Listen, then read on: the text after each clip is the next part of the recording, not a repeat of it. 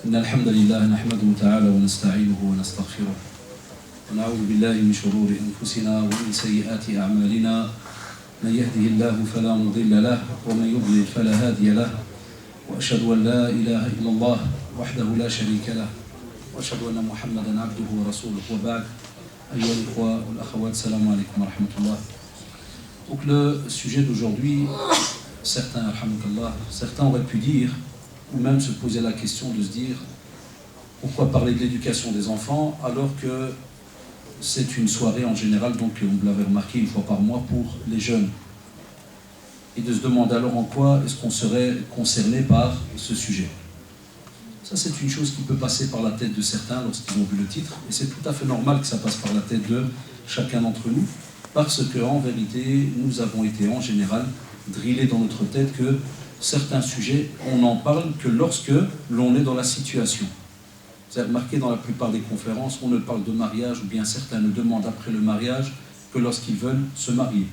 Ils ne demandent après la aqiqa que lorsqu'ils ont une naissance, le baptême, la fête. Donc on demande après un sujet que lorsqu'on est dedans.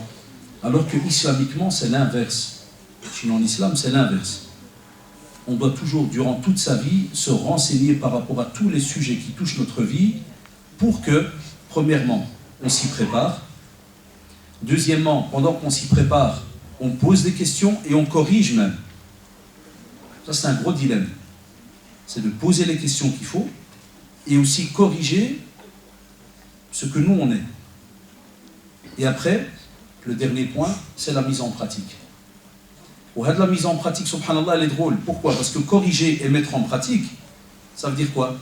Ça veut dire que lorsque toi et Abdallah, tu vas être censé, ou bien toi, chère sœur, censé donner quelque chose plus tard à tes enfants, toi, le jeune, maintenant, tu as un caractère, tu as un style, tu as une manière de fonctionner, tu as une manière de parler, tu as une manière de réfléchir, tu as des réactions. Les réactions lorsque tu es adolescent, est-ce qu'elles sont positives ou négatives? Il y a certaines réactions, elles peuvent être positives, wallah, sans aucun problème. Mais d'autres réactions, si jamais tu les gardes toute ta vie, c'est négatif. C'est même catastrophique. Parce que si jamais tu réagis de la même manière, négative, lorsque tu auras des enfants, tu vas rater l'éducation de tes enfants. Il n'y a pas le choix. Voilà pourquoi on vous interpelle, vous maintenant les jeunes. Et c'est pour ça que certains savants, rahimahullah, disaient qu'il est très tard, et même trop tard, de venir, une fois qu'on a un enfant, demander à un professeur ou un cheikh, tiens, donne-moi des conseils par rapport à l'éducation de mon enfant. D'où il y a l'histoire très connue qui était rapportée depuis longtemps par le mashayikh, de ce savant, chez qui donc sont venus un couple qui est venu avec un enfant, un bébé. Ils ont dit à cheikh, est-ce qu'il y a moyen que tu nous donnes un conseil pour notre enfant? Il leur a dit, c'est trop tard. Mais il vient de naître, il leur a dit, c'est trop tard, il fallait venir avant le mariage. Tu vois, subhanallah, avant le mariage. Donc ça veut dire que avant le mariage, c'était quelqu'un qui était seul, qui était jeune, qui avait une manière de fonctionner. Et le cheikh lui demande de venir avant le mariage parce qu'il va devoir voir comment ce gars-là fonctionne. Voir est-ce qu'il est apte à continuer à fonctionner de cette manière-là. Deuxièmement, est-ce qu'il est apte à se marier et vivre avec le caractère et les manières qu'il a. Et troisièmement, on va voir aussi est-ce que tout cela est compatible avec la religion.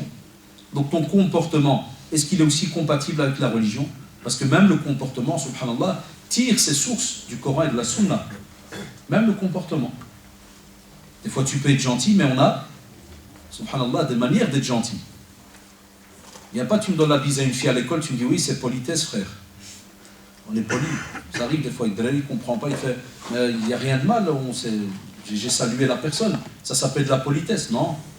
En religion, voilà, tu as un respect vis-à-vis du corps humain, tu as un respect vis-à-vis du corps spécialement de la femme. Donc il y a un tas de règles qui font que, même si toi dans ta tête, tu penses que c'est un signe de politesse, mais dans ta religion, on te dit, fais attention parce que c'est un manque, subhanallah, de respect vis-à-vis d'Allah, subhanahu wa ta'ala.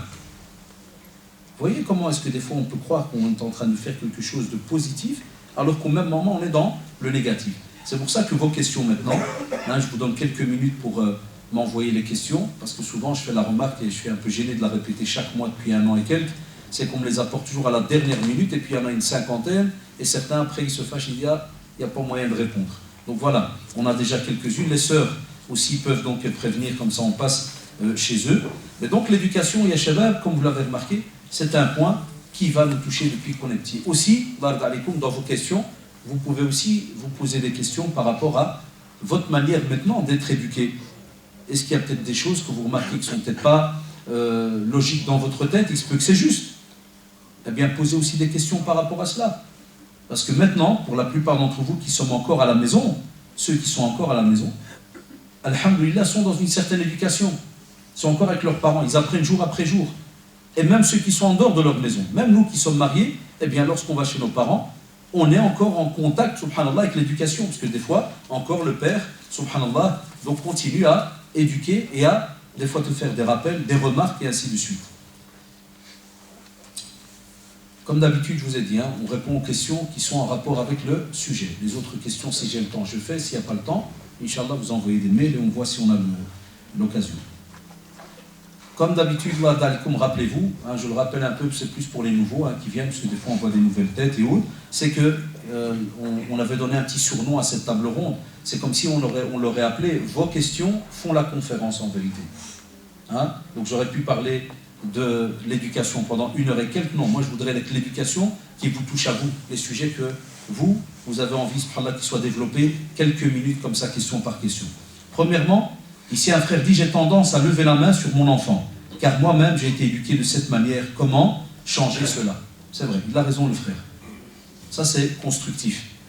Et sache, cher frère, wallah, que tu as fait un pas immense, que tu n'imagines pas. Nous qui sommes du métier, wallah, tu n'imagines pas. Tu penses que tu as tout simplement écrit là. Là, tu as fait un pas psychologique mais incroyable, tu ne peux pas imaginer. Parce que, à ta place, il y en a des centaines et même des milliers qui, subhanallah, ne se posent même pas la question de savoir est-ce qu'on peut comme ça lever la main et frapper directement. Et il y en a même qui trouvent cela normal. Ils nous le disent avec des mots très connus chez nous en dialecte. Soit il te dit le frère ou bien l'amoud. C'est tous des mots comme ça et on les emploie au fur et à mesure. Ou le harres, casse. C'est tous des mots qui parlent, subhanallah, que de situations où on va, entre guillemets, détruire l'autre. Alors que l'éducation, normalement, c'est d'apporter quelque chose à l'autre. Hatta même, subhanallah, dans la sunna chez nous, les savants ont tellement limité, d'après la sunna du prophète, sallallahu alayhi wa sallam, ont tellement limité les choses qu'on se demande que veut dire encore le mot frapper. Subhanallah. Ça, dans certains débats, on explique mal un peu tout cela, on joue avec les mots. Et chez les musulmans, dans le Coran, il y a le mot frapper, il y a le mot et ils jouent avec les mots. Non, chez nous, le mot frapper, subhanallah, c'est parce que vous le traduisez en français, premièrement, et donc d'office, la définition elle est ce qu'elle est. C'est pour ça que des fois, entre guillemets, on veut nous taquiner en disant « Ouais, jouez pas avec les mots, frapper, ça veut dire ce que ça veut dire. » Ben, ça, c'est aussi frapper sur la table, mais ça ne va jamais détruire quelqu'un ou lui faire mal ou quoi que ce soit. Donc il y a toujours besoin d'une explication à côté.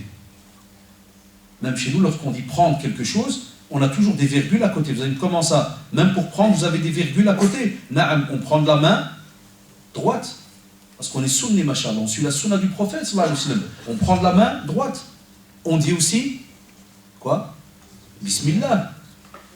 Donc il ne suffit pas de toujours résumer la religion à des mots. Et c'est pour ça que dans la sunna, par exemple, il est connu qu'on ne fera pas le visage. On ne fera pas le visage. On ne torture pas. On ne fait pas de mal, la douleur. Écoutez-moi bien, subhanallah. Tout ça est prouvé dans la sunna. Pas de douleur. Et une des preuves très drôle, wallahi, qui en vérité, lorsque vous l'écoutez à votre aise, cette histoire, et que vous êtes assis dans votre chambre le soir, tard, tranquille, c'était juste avant la mort du prophète, sallallahu alayhi wa sallam. Il sent qu'il est mourant, sallallahu alayhi wa sallam. Et on le sort de la maison. Et il demande aux compagnons, tout le monde est là.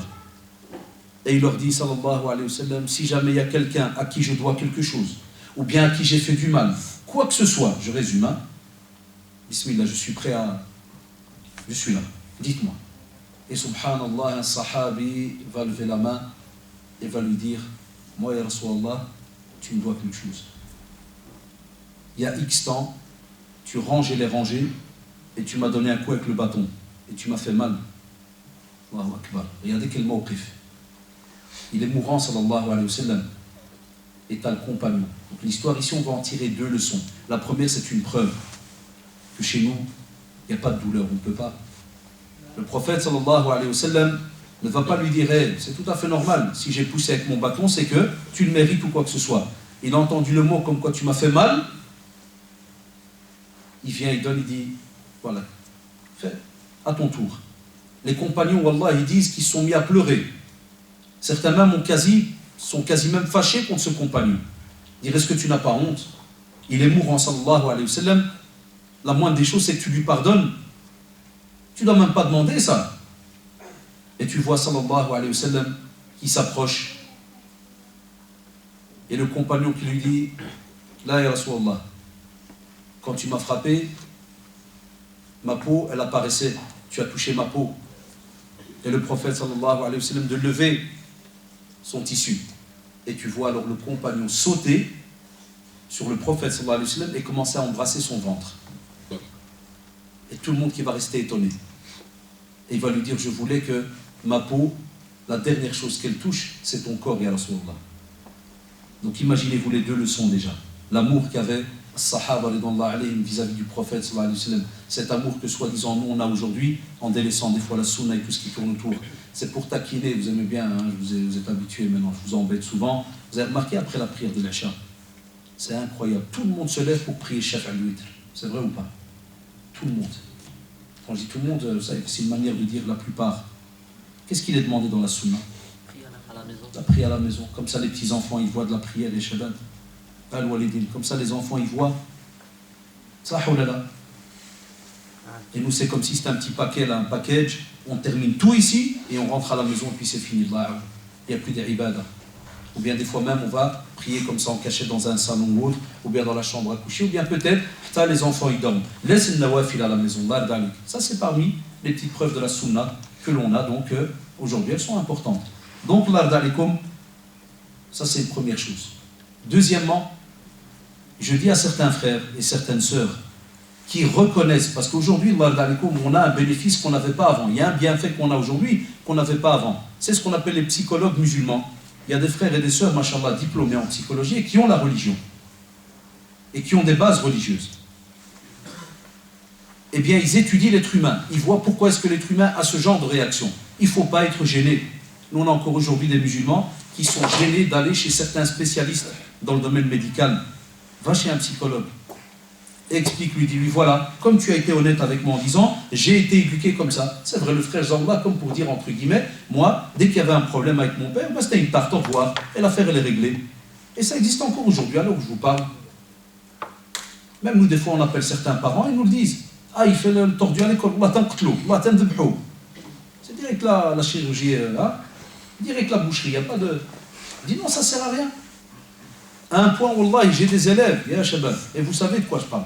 J'ai des élèves, quand je leur dis, et ça je le fais presque plus maintenant, je leur dis, je vais appeler ton père, il me fait, quoi? Pour qu'il me chote.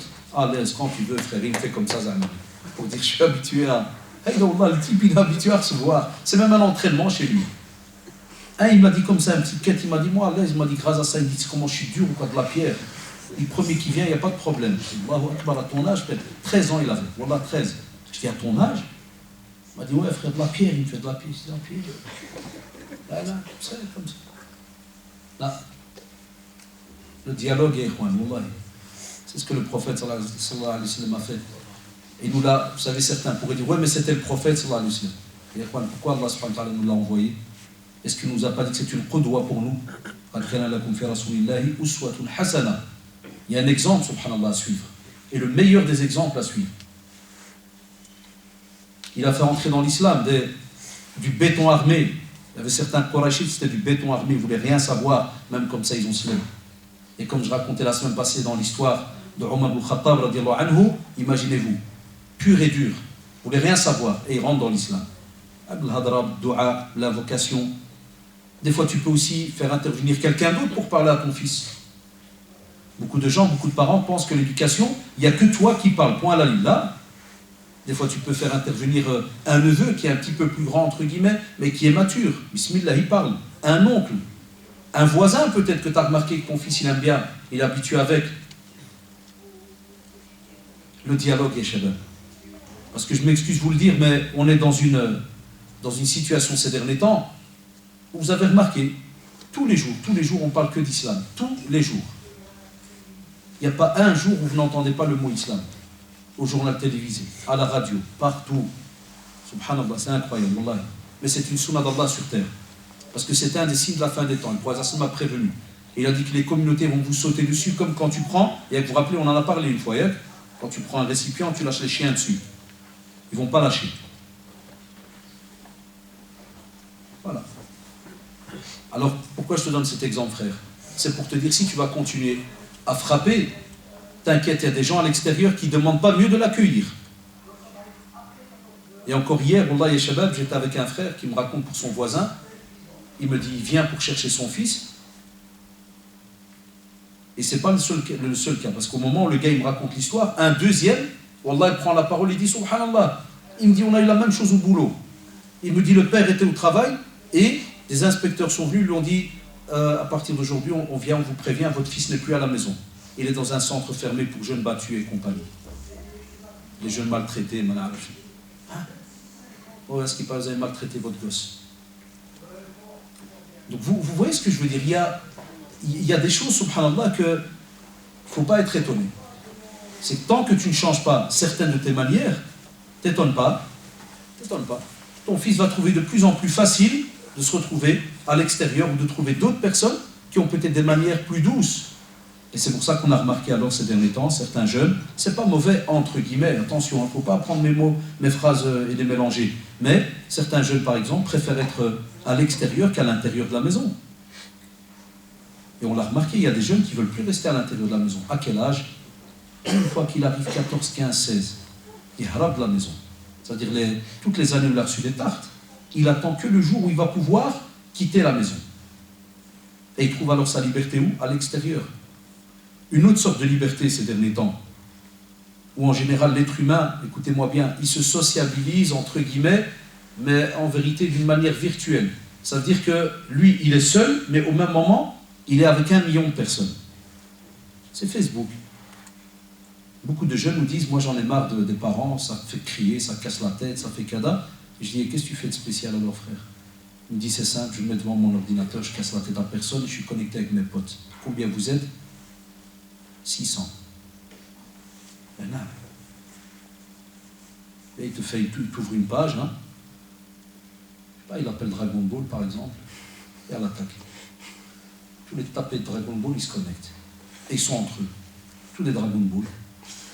Tous les types qui ont été pétés, tu vois le genre. Et toi, comment ça a été hier ta soirée, frère? Ouais, il m'a envoyé une tarte, il m'a fait cadeau. Et toi, comment ça a été? L'autre qui renvoie et qui se donne des solutions. Et là, vous serez étonné. Voilà, ça existe. Voilà, il n'y a que dans ce milieu-là qui se retrouve à l'aise. Et si jamais tu viens même l'embêter dans ce milieu-là, où est-ce qu'il va? À l'extérieur. Et s'il va à l'extérieur, on va de temps en temps lui apporter certaines petites substances où on va lui dire, frère, tu veux déstresser? Prends ça. Fume ça. Goûte à ça. Et je vous résume. Hein. Et certains savent très bien de quoi je parle. C'est pour ça qu'on dit d'aller privilégier le dialogue. Et si tu sens que tu n'es pas capable, Wallah, mets un frein. Il ne faut pas être gêné de passer la responsabilité à quelqu'un d'autre. Par exemple, si tu sens qu'entre toi et ton épouse, elle a plus facile à parler, arrête les théories, là, ouais, mais les femmes, ils font chier chez les femmes, ils font. Là, ça, on oublie ça. C'est pas tout le monde, il ne faut pas généraliser. Laisse alors ton épouse parler de cela. Et qu'on ne soit pas gêné de l'alcool. Maintenant, on a des nouvelles générations, alhamdoulilah. Khalim d'avant, chez nous, dans les familles, c'était chouma. Chouma qu'on va dire à quelqu'un que ma famille ne marche pas bien. Là, il ne faut pas être gêné. Ad-din nasiha. Il faut la sincérité, il faut le conseil. Et on demande de l'aide dans la famille, un oncle, un cousin, et ainsi de suite. Donc, comme j'ai dit, et je le redis encore une fois, il ne faut pas être gêné d'aller, des fois, entre guillemets, discuter avec des spécialistes du comportement pour voir quels sont certains exercices que tu peux faire quand tu sens que tu attrapes les nerfs et que tu vas être capable peut-être même de casser ou de frapper. Wallahu ta'ala alam.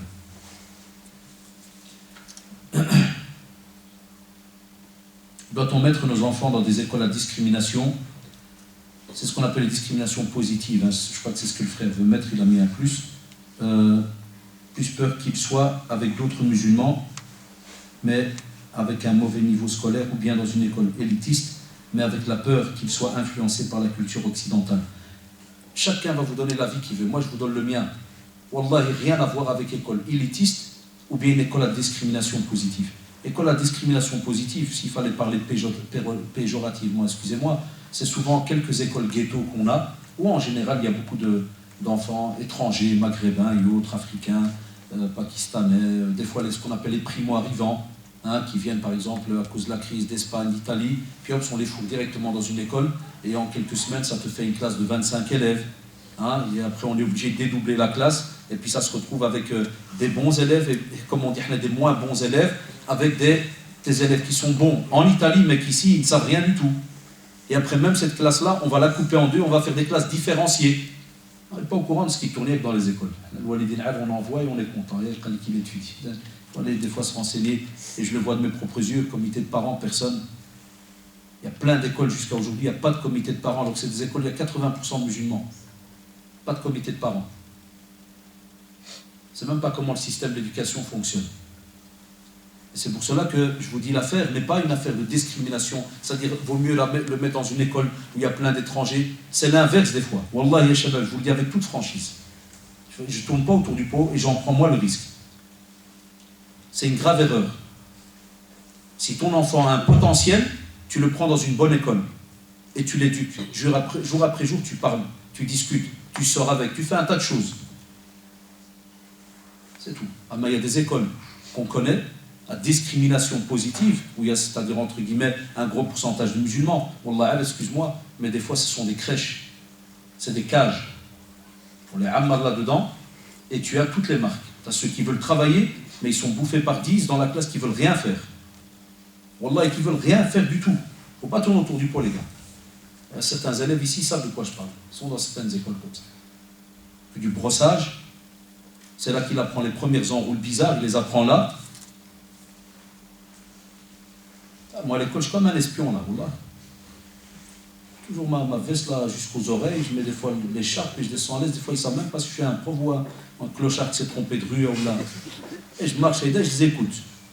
L'autre, il fait, t'as cours à quelle heure? Il lui fait, j'ai cours maintenant, puis j'ai fourche, puis j'ai cours. Puis, tu vois l'autre mec qui fait avec ses yeux, tu vois, vous vous rappelez Steve Austin, avant l'homme qui valait 3 milliards? Il fait titi, il va calculer en quelques secondes. Puis il fait, il faut les étudier, il fait des petits yeux comme ça, puis il fait 1 heure, 3 heures, normalement, des ordinateurs qui font les horaires. Hein. Tu vois les horaires, c'est un ordinateur qui le fait, lui, il fait qu'avec les yeux. Comme ça, hein. Il fait, tu sais quoi, viens, on saute cette heure-là, on va demander à l'autre prof qui te parle à l'autre heure, nous on sort, viens. Je viens, ça va, comme drari, tout va bien. C'est de religion, c'est de religion. Là, monsieur de Qmar, c'est de religion. Et qu'est-ce que tu es en train de trafiquer là? Qu'est-ce que tu es en train de montrer à ton frère là? Son père est au courant, tu vas lui faire sauter toi 1 heure? T'es qui? T'es le préfet? T'es qui? T'es un nouveau fonctionnaire de l'État à 1m10? T'es qui? Non, c'était une idée, hein. Voilà les gars, discrimination, quelle discrimination? Et des fois on croit que dans l'école élitiste, c'est à l'aise. Non, il y a même des parents aussi qui se plaignent ces derniers temps, il faut suivre certaines émissions. Il y a même des parents qui ont des enfants dans des écoles élitistes et eux-mêmes se plaignent, mais d'autres choses. Vous serez étonné, wallah. Mais des fois, il n'y a pas le choix. Il y a des parents, ils veulent tous aller dans le même quartier. Nous, c'est pour ça que maintenant, il y a des drôles de lois qui ont été votées au fur et à mesure. Où tu n'as pas le choix, tu dois rester dans tel et tel environnement, telle et telle commune. Voilà. Il ne faut pas se leurrer, les gars. Il y a des parents, ils ne veulent pas se taper 5 km, 10 km. C'est la vérité. Ils préfèrent celle juste à côté. Ici, dans la rue, tous les Maghrébins, ils ont acheté le pâté, le quartier Kamel, et que tous les Maghrébins, ils vont dans la même école. C'est tout à fait normal qu'après, là-dedans, tu as toutes les marques. Moi, j'ai déjà vu des élèves qui ont appris à fumer, où ça? À l'école. Pas dans la rue, à l'école, à l'intérieur. Ils discutent pendant 5 minutes, toi, tu es assis derrière un arbre, lui, pendant 5 minutes, tu lui expliques comment on fume. Il ne faut pas avaler, il ne faut pas faire... Allez, voilà. Vous savez bien l'effet de groupe commencé en psychologie, c'est connu ça. Hein. L'enfant il se gonfle, il veut montrer qu'il est quelqu'un, il veut mettre aussi sa place dans le groupe. C'est comme le système des animaux là. Quand le loup il vient là chez les autres, il commence à gratter là, il doit montrer que moi aussi j'ai besoin d'une place. Et il vient, il veut leur montrer qu'il a sa place, qu'il a ceci, qu'il est aussi un grand. Enfin, nos jeunes sont pressés ces derniers temps. Type là 1 mètre, il veut avoir 2 mètres. Calme mon frère, à ton aise, t'as encore toute ta vie pour grandir. Là. Les écoles, il ne faut pas venir me dire que c'est soi-disant l'État belge qui ne veut pas, ou bien que c'est les directeurs d'école qui